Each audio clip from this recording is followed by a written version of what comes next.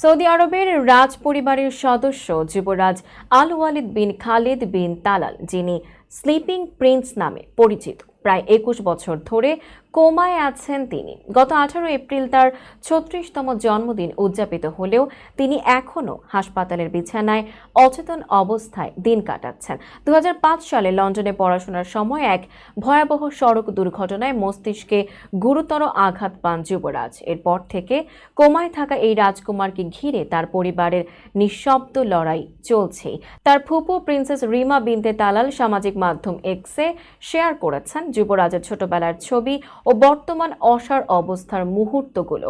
ক্যাপশনে লিখেছেন, আমার প্রিয় আল ওয়ালিদ, ২১ বছর ধরে তুমি আমাদের হৃদয়ে আছো।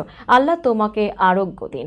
যুবরাজের চিকিৎসায় যুক্ত হয়েছেন যুক্তরাষ্ট্র ও স্পেনের শীর্ষস্থানীয় চিকিৎসকেরা, কিন্তু এত বছরের প্রচেষ্টাতেও তার জ্ঞান ফেরানো যায়নি। তার বাবা প্রিন্স খালিদ বিন তালাল বলেন, যদি আল্লাহ চাইতেন তার মৃত্যু হোক, তবে দুর্ঘটনার সময়ই সে মারা যেত।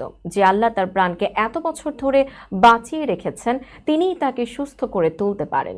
২০১৯ সালে অচেতন অবস্থায় সামান্য নড়াচড়া করেছিলেন যুবরাজ, যা তার চিকিৎসায় আশার আলো জাগায়। বর্তমানে আল ওয়ালিদ রিয়াদের কিং আব্দুল আজিজ মেডিকেল সিটিতে চিকিৎসাধীন আছেন তিনি।